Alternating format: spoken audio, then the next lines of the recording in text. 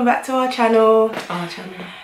I mean, welcome back to the channel. As you can see, the usual. Yeah, Mammy's not here, unfortunately. So, do you want to introduce yourself? Yeah, I'm Lade. Lads. International lads. No, yeah. not that. Yeah, today's video we're going to be talking about like our tips for getting a corporate job. So whether that be a grad job, a placement, internship, we've kind of had some experience with that. Yeah, right. So yeah, I just want to give you guys our take on what we think would be the best way to go about it. So the first tip is plan. You guys, like, so when I was applying for like placements and grad jobs, I just made sure like I had like an Excel sheet. So I would like put all the companies that I was applying for, all their deadlines, because obviously when you're applying you have like you have uni deadlines and stuff, so you just need to like, it just makes it easier to see like when like a deadline for a test or like the actual deadline for the application is, and just like it keeps you on track basically. Yeah. And tells you like what you have to do, like if you need to do a test, if you need to do a video interview, blah blah blah. Yeah, definitely. I did the same thing. Like, I feel like if you don't do that, you're just gonna find yourself applying for things that aren't due for like 4 or 5 months. Yeah. You know, sometimes the earlier the better, but obviously you would want to prioritize the ones that are due sooner or have a closer deadline. Yeah. So yeah, I think it just makes the most sense. And Lade was also saying something before, that it's best to like space it out, because if you apply for like bare at one go, then you're gonna find yourself having to do like 10 tests, 10 interviews, and you won't do them, like you won't do it properly all at the same time. Or like, you know, when you apply they ask you all these stupid questions like, oh, why do you want to work for us, or why this role, all that stuff, I want the money. So like you have to you get tired of like answering those questions, because there could be like 5 questions for one company, and obviously you need to take your time to utilize all services. So I feel like we were lucky because we went to Loughborough, and Loughborough had like a really good career centre, so they helped you with like your CV. You can send them your CV, and I feel like every uni has this, but a lot of people just don't know about it. So like just try and find out. I don't know, email your admin. I don't know, well, you know, you wouldn't. You must guys have something. Yeah, but so Loughborough was really good because so you could send your CV and they would help you. They had like mock interviews, and they would send us emails about like opportunities and stuff. So make sure that you sign up to all these like email thingies that send you like all the latest opportunities, because they're really useful. Make sure you send in like your CV so they can check it for you, your cover letter.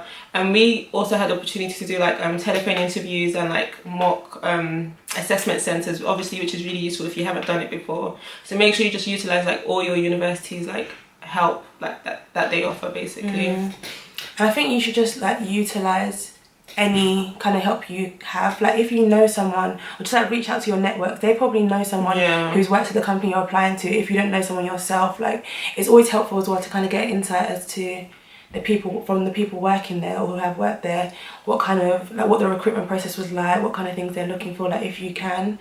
So just like I think utilising whatever help you can get. And sometimes there's like external organisations I think that will help you, like. Yeah, to be fair, actually, because I've signed up, because I have a grad job now, and the way I got it was through Bright Network. So joining Bright Network. Joining all these like external third party people, like recruitment specialists. they're actually helpful. They do help a lot, and there's a lot of them. What is there's like rare recruitment. That's Bright like Network. for black students, Ethnic SEO. minorities. Oh, it's not just black people. No. It's ethnic minorities. So yeah, rare recruitment, Bright Network. There's one SEO. called Upreach as well. I was part of Upreach, which was quite good. Because brokerage was really good as well. They fast track you. They just fast track you into a lot of opportunities. They help you. They have like partnerships, so you might hear about the opportunity before like other people. What was the one that used Sanctuary graduates as well? That was quite a good one. You know better.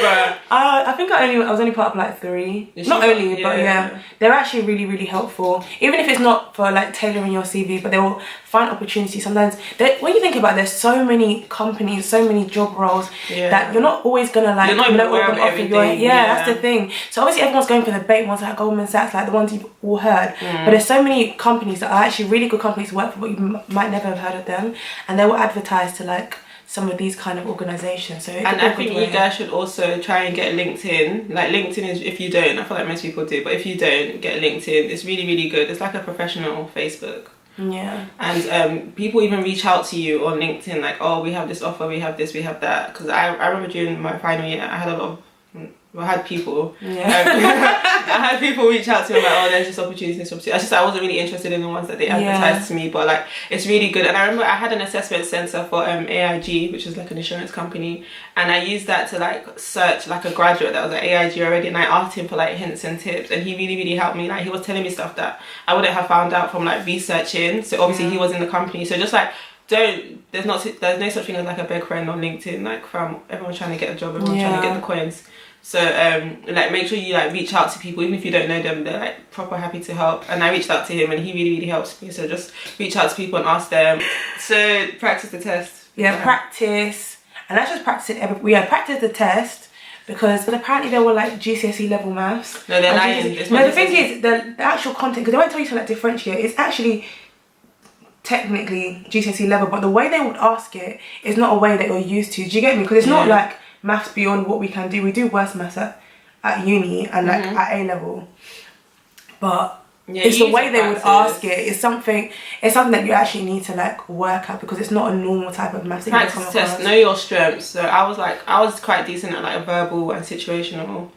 Numerical was like hit and miss, but what's the other? Logical, that's one of the shapes. Oh my days. The thing is, the first like 10 questions be like, they'll give you an example. They'll give you like a triangle that's going like clockwise, and you're like, okay, calm. Then in the real thing, they'll be like 10 different shapes. No, it's actually mad. Like those tests were like the worst. So like I just got so frustrated at that point, but just keep practicing. Crooks. We're all in this together. Utilize everything around. Crying. But yeah, like, obviously people approach their test in many ways, but yeah, I'll say practice.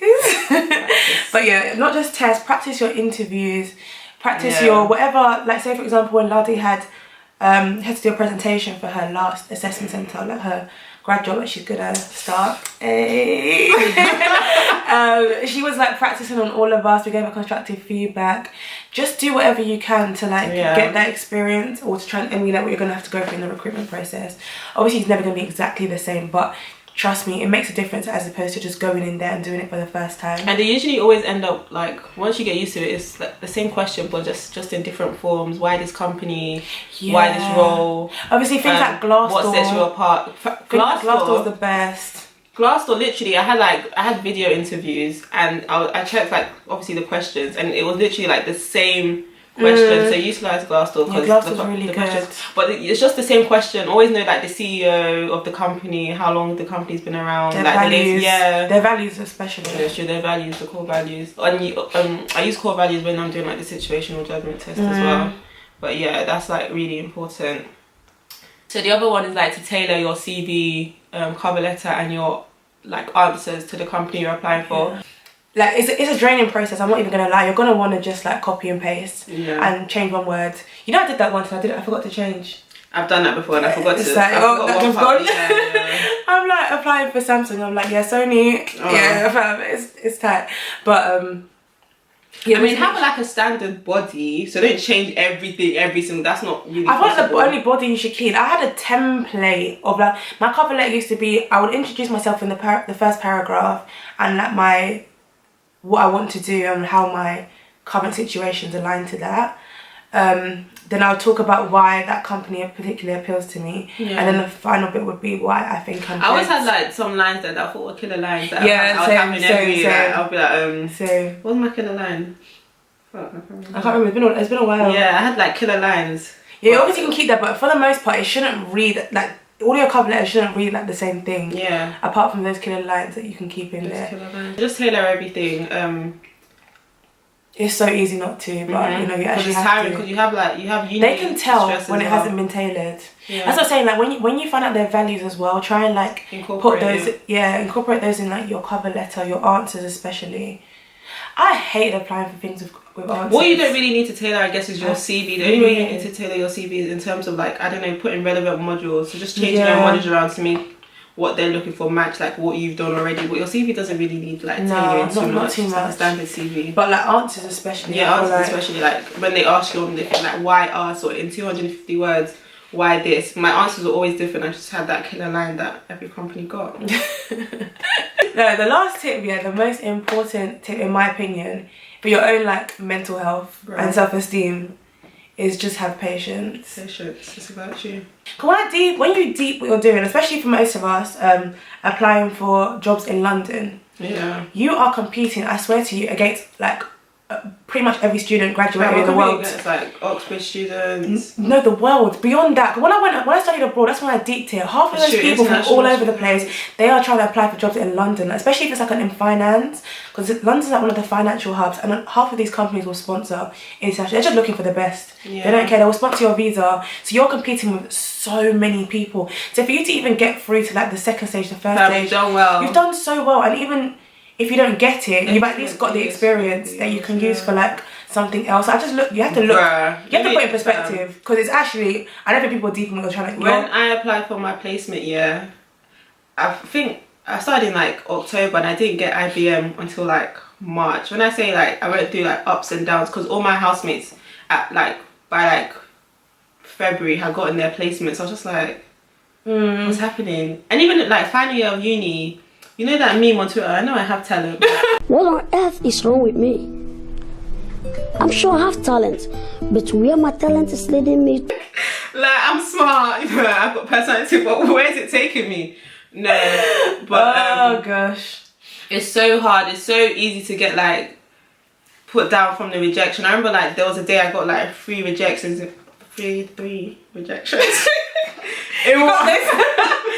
one day. But unfortunately, on this occasion, we can't. That's stupid. And it's the same template they all use as well. And you know what's painful? Wasn't the most painful is when you make it, like when they just reject you after like just an application stage. You two, even like bye.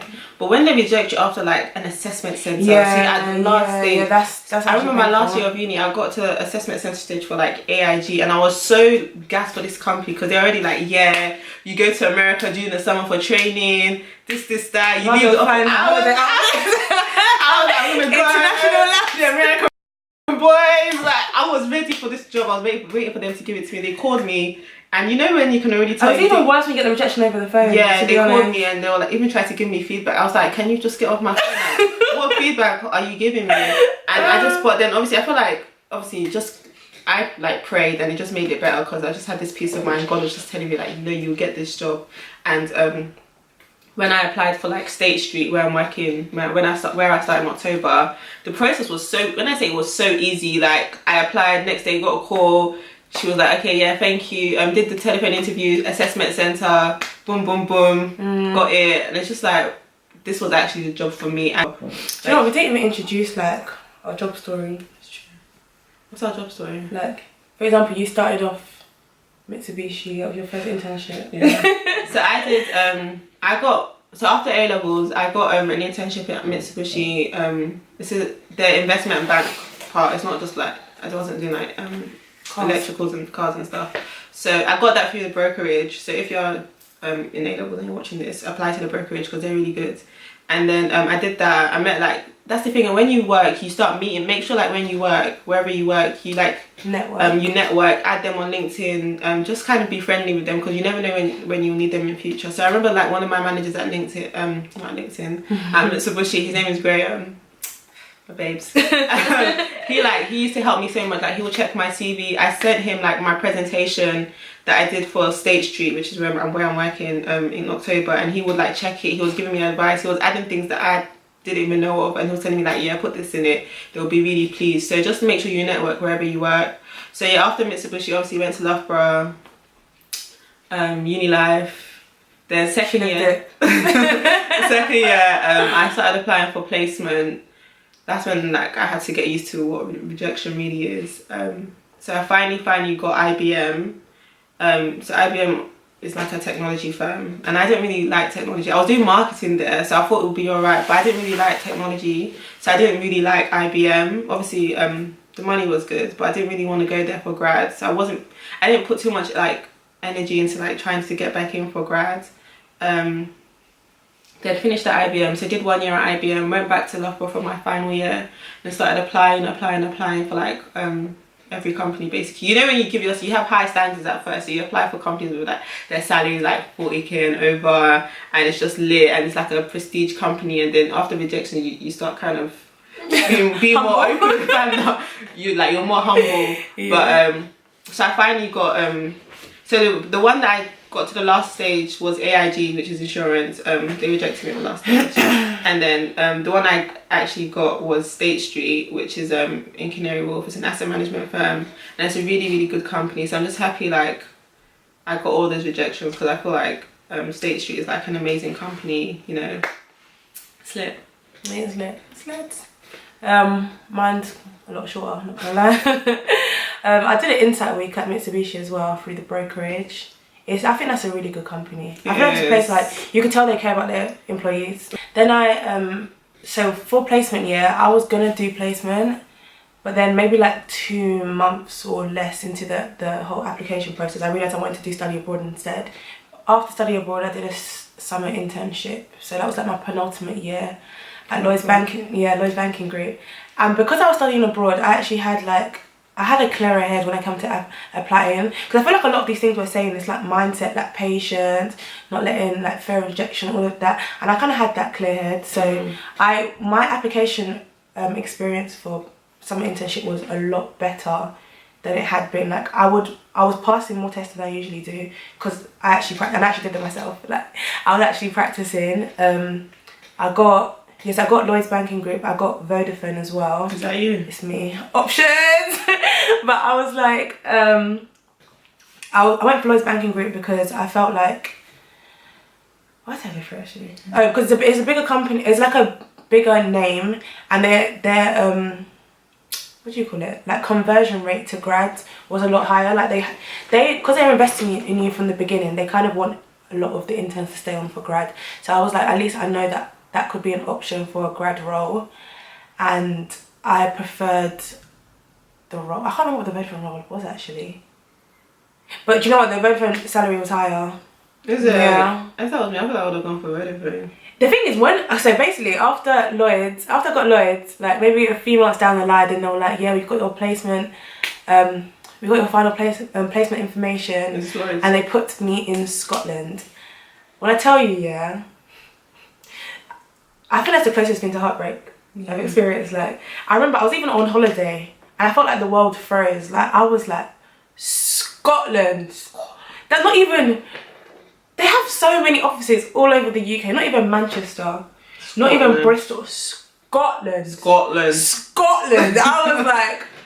I was just like, Jesus, take the world. Like, I was so upset. And at that point, I was thinking I should have taken Vodafone. Vodafone was in Croydon. I was like, I should have taken Vodafone, but... That's a good thing she took Lloyds, because... 100%. Lloyds, I really enjoyed my internship. Like, my team was so good.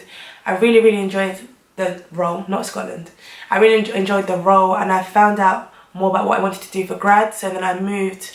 So yeah, I got the grad offer, and then I applied to move to a different department, and now I'm kind of more in tech. But I only found out because of the team I was put in before. They were kind of working close with one of the digital teams, and I got to shadow while I was there.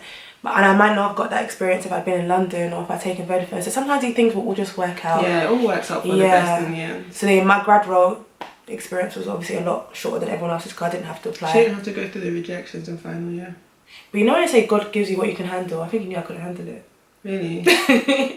Or just, yeah.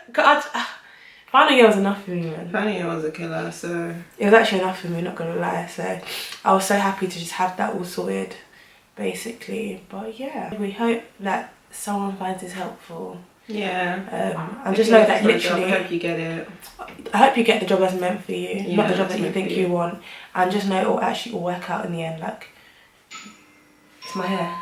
Is that your hair? Yeah, AliExpress. Yeah, so thanks for watching. Guess the parents. Screw.